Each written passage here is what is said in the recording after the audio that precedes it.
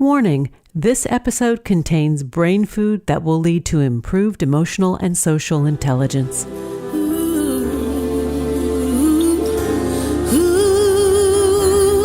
Hello and welcome to our new short format servings of consciously prepared brain food designed to improve your mental fitness. This is Lisa Cypers Kamen, your host. For more than 12 years, we've been proudly and consistently crafting harvesting happiness and sharing it with you. Each week, we spotlight diverse thinkers and doers who are contemporary trendsetters and change agents devoting their lives to creating a better world in which to live. We invite you to listen up and change the way you think about human happiness. Our award-winning content is fresh, optimistic, and purpose-driven media that promotes well-being from the inside out. Alrighty then, let's dive in. Good morning, good afternoon, and good evening, wherever you are. Thanks for joining me on today's show, where you will learn how to go from happiness to hopefulness with my guest, Dr. Carol Graham, who is the Leo Pasvolsky Senior Fellow at Brookings Institution, College Park professor at the University of Maryland, and a Gallup Senior Scientist. Graham is the author of numerous books and journal articles and other publications. Born in Lima, Peru, Graham has an A.B. from Princeton University and an M.A. from Johns Hopkins School of Advanced International Studies, and her PhD is from Oxford University. She is the mother of 3, no doubt, amazing kids, because I feel that way about my kids. Hi, Carol. Hey, good. How are you?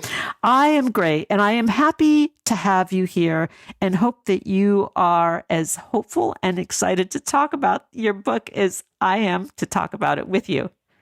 Well, I'm certainly hopeful about the book. It is a kind of risky topic to undertake in economics, but maybe that's what makes it interesting. And I also think it very much links to what we have going on in our society today. We really need to think about restoring hope, or all the other things that we want to do to make people's lives better won't work if people don't have hope. Let's talk about the sense of local and global hopelessness and how maybe we're focusing on the wrong things when it comes to happiness. Yeah, there's been an increase, well documented in a wonderful book by John Clifton, who's the CEO of Gallup.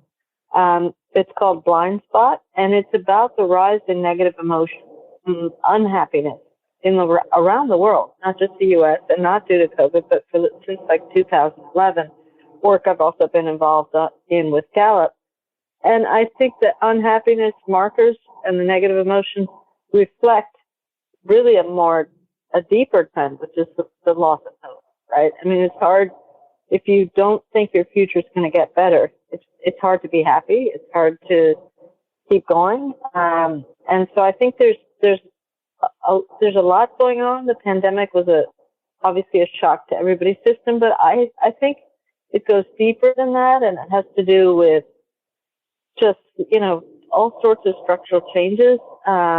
Anomie is a sort of the opposite of hope. It's kind of the sense that people have lost contact with each other. They're going nowhere. They have no hope. And I think there's a fair amount of that. And there's a whole lot of it in the U.S. Why is there so much despair in the U.S., do you think? I mean, I think we can all, think of a few reasons, but in your research, what have you uncovered? What I've uncovered is essentially something that Dan Kahneman, the first psychologist to get Nobel Prize in economics, uncovered longer ago, was that people value losses disproportionately to gains. Now that sounds very nerdy, but if you translate it into people's lives, and groups who were ahead and getting ahead and believed in the American dream, very much a white blue-collar story, are falling behind. And at the same time, minorities, after much discrimination and lots of challenges and a lot of disadvantages, are continuing to plug along.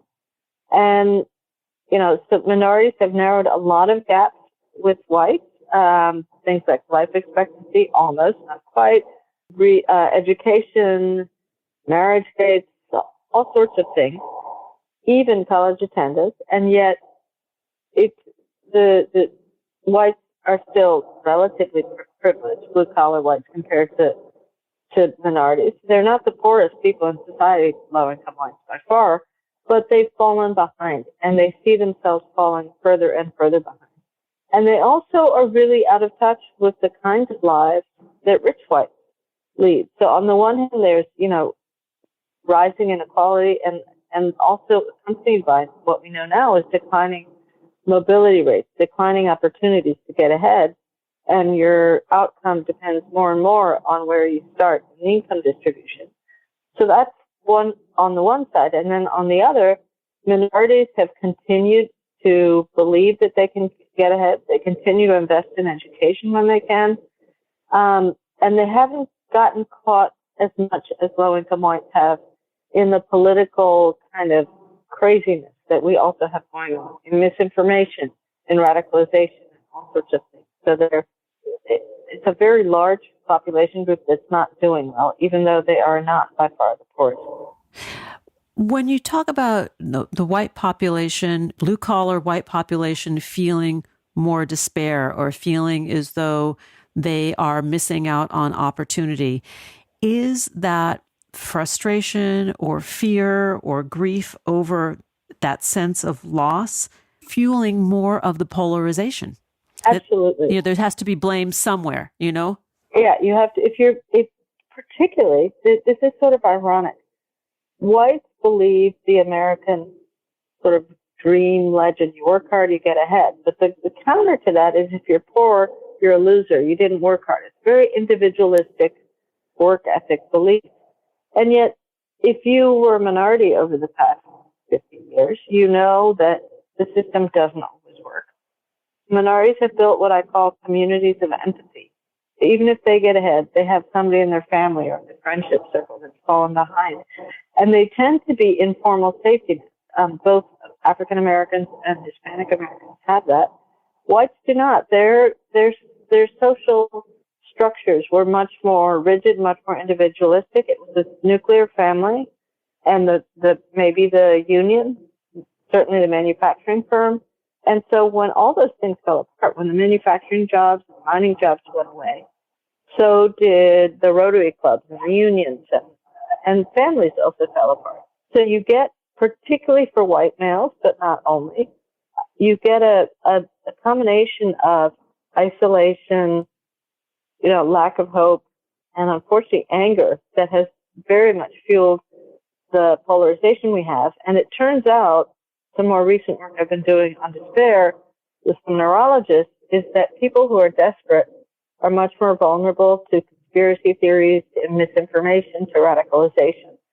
And if you think about it, that makes sense, right? If you're desperate, you don't care if you're going to live or die. And so you'll sort of latch on to anything. You have no other purpose or meaning in your life. So it's much easier to latch on to these things. And if you're in isolation, even more so. And so you have this kind of weird combination of despair or lack of hope, actual, relative decline of this group, and also a sense of loss of privilege, right? So it's... and entitlement. Right. Entitlement also. Yeah, you used to have, access to, privileged access to the good blue-collar jobs. And the white story, the blue-collar white story, was not college. It was you went to high school, and then you got a good job in a firm, factory, or mine. I mean, good is a big word, but you worked hard. You had respect. You had a purpose, and you had sort of a nuclear family. And minorities have had a very different trajectory, much more complicated, but much more full of social ties, more appreciation for culture, music, whatever it might be. That is, if you go to some of these hollowed out manufacturing communities, what really strikes you is the sort of nothingness, right, that's there.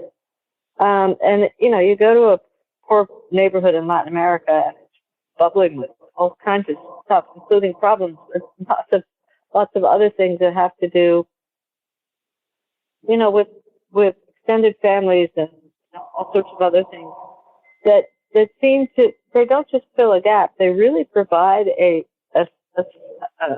kind of societal fabric that really matters to people's lives. And in the absence of the more formal workplace structures that blue-collar whites used to rely on, there's not anything at the moment to replace it. It's interesting that you talk about communities in South America or just Latin America in general, because my experience having traveled to those places is a sense of joy, irregardless of economics. And maybe that is because of this, the social network that they have, and the sense that we are our brother's keeper, that if I am not doing well, then how can you be doing well?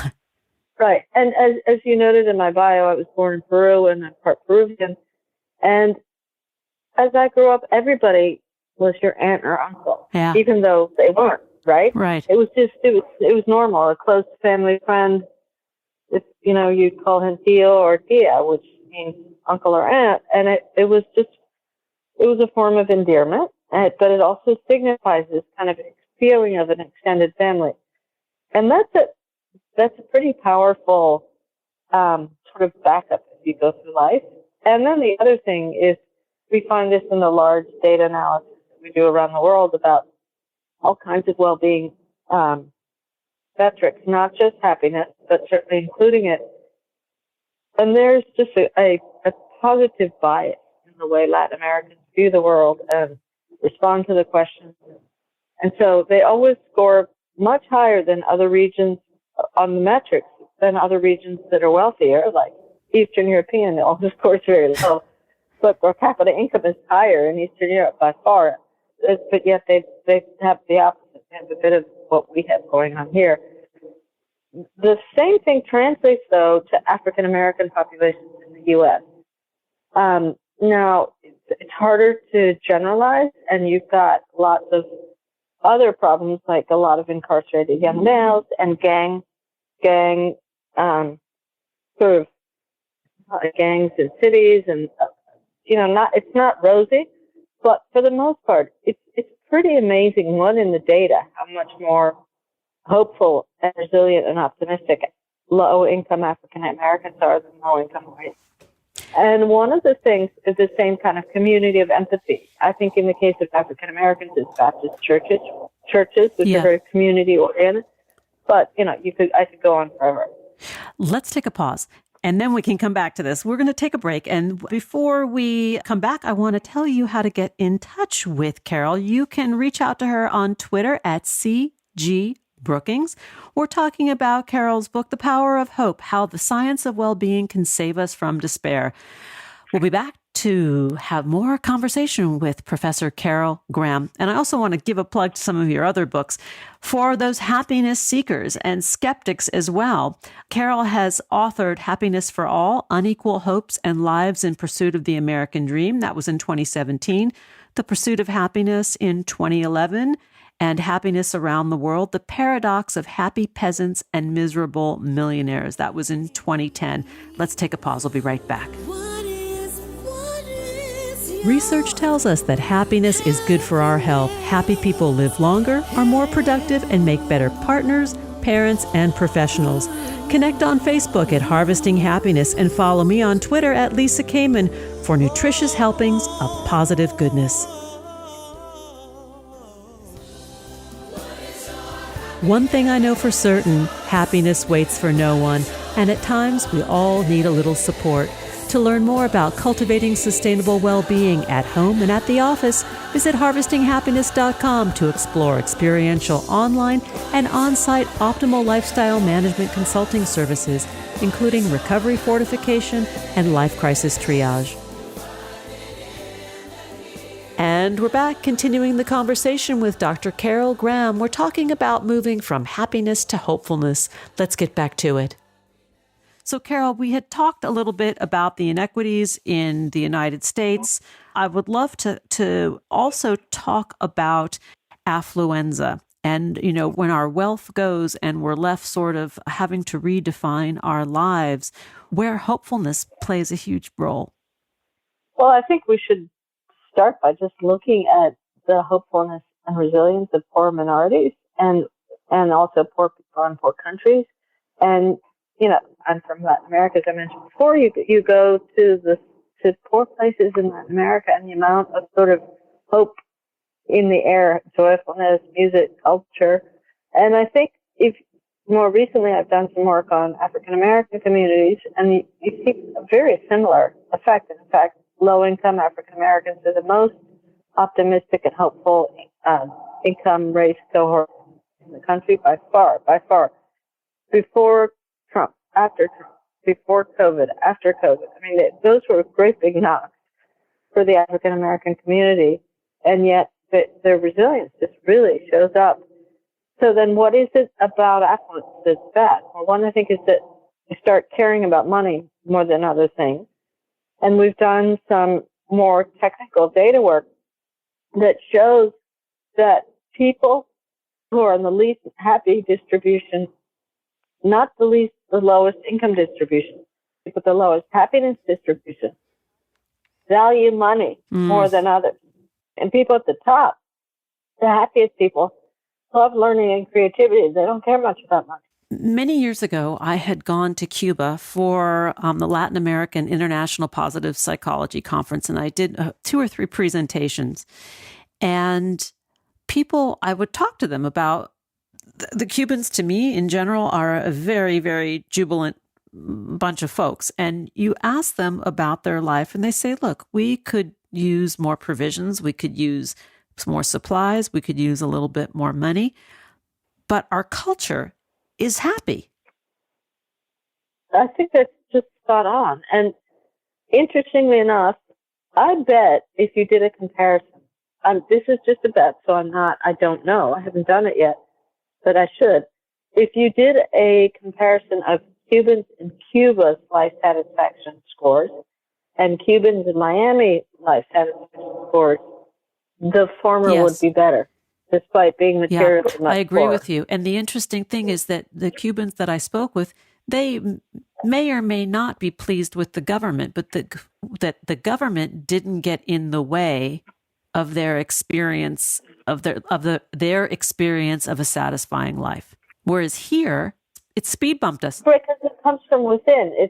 I mean, here I would say that the amount of political polarization there is has also created a lot of negative social tensions and a lot of, split up families. Yeah.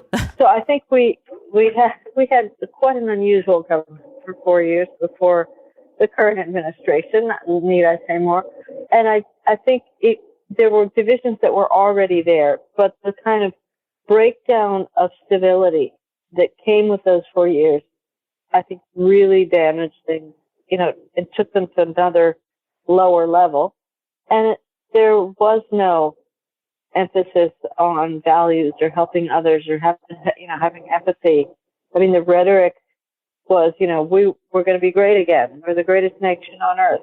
It's nothing to do with human emotion. I don't think, we can measure everything through emotions, but I think our lack of attention to emotions as economists, as social scientists, the psychologists aside, so I should be careful there, has really also resulted in in an economic model that in the end has become misery produced for a lot of people. I mean, the rich aren't happy, and in the U.S., a lot of the poor aren't happy either. When we talk about hopefulness, I think, as everybody knows, we just experienced these midterm elections, and the night that happened, I went to sleep actually feeling hopeful. I thought, we're not as dumb as we think we are. People have had enough, and people do want change. And I did have that sense of hopefulness. I did too. I was like, people aren't going to be duped anymore. They were once, and there was a sense. I think the most important, I don't know what the most important thing was, but to me, I had the same thing. I went to bed feeling, okay, it's not as bad as I thought. Particularly because a lot of the polls and everything else before the elections were like, if there's going to be a red wave, and it was terrifying as a thought. So there was a relief factor. But I actually think the fact that people didn't vote for election deniers and that most losers in the election actually conceded, they didn't, buy that model of doing of sort of running our government or our elections brought a sense of hope about our civic culture and belief in democracy and understanding that, cheating and lying is not only not going to get you ahead, but it's not a good way to live, and it's not going to produce any kind of improvement in your well-being. Or for society's well-being. And we're hurting. I mean, we've come out of these difficult years, and I think there's a lot of repair to be done, and I'm hopeful that the strength of the human spirit, the resiliency that you talk about is what is the salve that will help. I agree with you, and I hope that's true. We do have a lot of tangible lessons we can take from different community groups in the UK, which has led the charge, but some in the US that have tried to increase community well-being by getting people out of social isolation, by trying to improve youth well-being, by teaching them coping skills and things like self-esteem and some of the socio-emotional skills that are more and more important in the labor market of tomorrow. And, if the work changes nature and life changes nature, I think people's ability to be resilient, emotionally stable, and emotionally wise, term that some psychiatrists use, is really going to not only help people, but I think it's going to make them much more realistic about, what things in their lives they want to pursue, and it's going to make for what you say is a good life. We're almost out of time, and I would love for you to touch upon well-being science and define what that is for our listeners and why it's so important, why it's critical, because it helps shape so many things in our lives. So I was one of the few early crazy economists, indeed I was laughed at a lot, that started looking at life satisfaction measures, which was really all we had. We were blunt-tooled instrument users. We early happiness economists were. We learned a lot from the psychologists. But one of the sort of traditional mantras of economics was you can't believe what people say because there's no consequence to what they say. You can't believe survey research. And at the same time, you can only believe choices made within a fixed budget constraint. Because if you choose one thing over another, there's a consequence to that. You have only a fixed amount of money to choose it from. It turns out, as we know all too well, people make the most perverse consumption decisions. They keep up with the Joneses. They buy things and they wish they hadn't, or whatever it is. And yet, we also find increasing number of everything from sophisticated economic models to just plain common sense stories that emotions are very much a part of human decision making and including human economic decision. And I think our science and the metrics we use has gotten more robust as we have now learned to distinguish between contentment or momentary happiness and emotional kinds of well-being like stress and anger on the one hand, contentment and smiling on the other, sort of daily measures, experience measures, and much deeper measures like life satisfaction, which is sort of like satisfaction with your life as a whole over your life course. That relates to another metric that you hear much less about but matters a lot, which is called eudaimonia, and that is having purpose and meaning in your life. It's the Aristotelian definition of happiness. And more recently, I've really felt that it is hope that we need to measure explicitly, not implicitly, because hope, of all the things we measure, hope has the most agentic properties in the sense that they can't just be optimistic. They need to have agency. They need to have a path to make things better, right? You can't just say things will get better, but there's no path to do that. And you often craft that path, but that's part of the concept of hope. And I think why it's increasingly important for us to understand as we see, people around the world who have lost that feeling, who feel like their lives are out of control. And I think that is particularly bad, and we're seeing in the anxiety and depression metrics for young people, right? They're starting their lives, and yet there's a sense that everything is in chaos. There's no clear path forward. The labor markets are changing, particularly kids with low skills that aren't Princeton graduates or Yale graduates or whatever, but, kids that only graduate from public high school, they need some help figuring out how they can thrive in tomorrow's labor market. And, we're not providing it, and the public high schools aren't either, because they're not, things like socio-emotional skills, resilience, and empathy are not part of the standard public high school curriculum, and yet those are skills that get people through life and in the end make for a better life. Yeah, I agree with you. Well, that's Angela Duckworth's work, right? In terms of the grittiness. And if you take two kids with, one that has a privileged upbringing in a private school, I believe that was her early research, and compare his or her resiliency to a child that comes from a less privileged environment, in general, that child from the less privileged environment will possess more grit and ability to be resilient and better problem solve life's everyday problems than the other kid. I totally agree with you. And I think we've exacerbated with helicopter parenting. Everybody gets a trophy at the soccer tournament. Well, no. Don't get me started. You didn't win. Right? So that does not, there's another, I love Angela Duckworth's work, but there's a wonderful book by an educator called Jessica Leahy, and it's called The Gift of Failure. And it's why kids need to learn to fail. There's things you don't do well. You lost the game. You don't get a trophy. That's okay. But if they don't learn that young, what happens is they don't fail, so they hit a roadblock, like in college. And then it does, it creates a crisis of privilege, right? Because as you say, poor kids have had all kinds of failures because the system fails them too, but I think they've learned to overcome it so much better. And back to the big macro picture, then we talked about the kind of despair in this country. It's bigger than this, but the whole death of despair crisis, the kind of the decline of the blue collar working class, the white working class, and its manifestations in high levels of despair, in a way have to do with them being historically privileged over minorities, and now they're falling behind, and it's like a giant failure. And what do you do with failure? I mean, what does an optimist or a hopeful person do with failure? Right? Turn it into something else. Right. Well, yeah. I've spent a lot of time, including in the book, thinking about some of the things that we think about with well-being metrics and interventions to increase resilience, to increase hope. Can those be translated to populations that have no hope?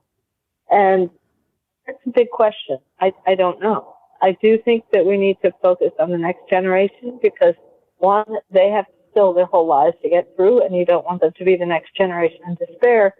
But two, because I think having hope for them is really a ticket to them making it and having decent lives and lives that aren't desperate. For older people, I think you can think about things like getting out of isolation, creating avenues for community participation, for volunteering, participating in the arts that all seem to matter to isolated, depressed older people.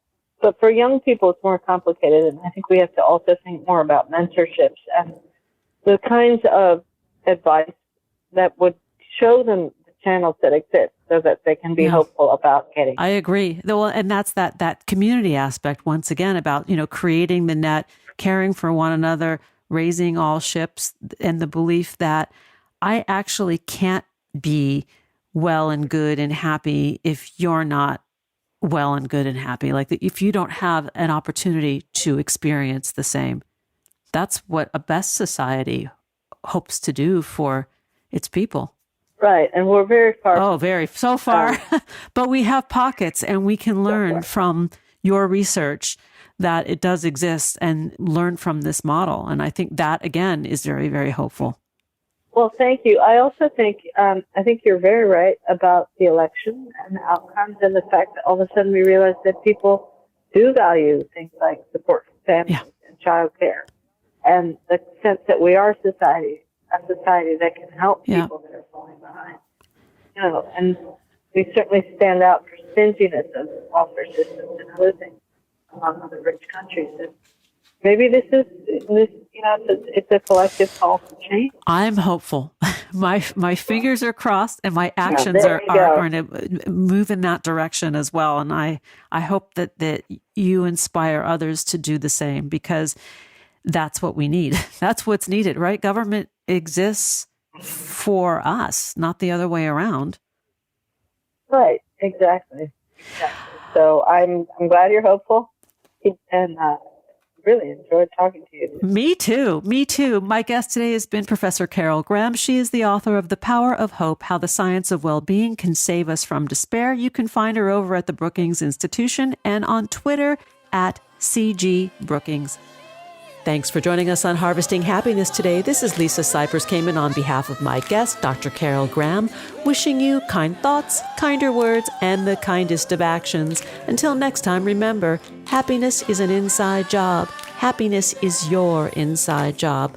Please go out and rock your day, and remember to be kind to one another. Keep harvesting your own happiness anytime and anywhere from the comfort of wherever you are.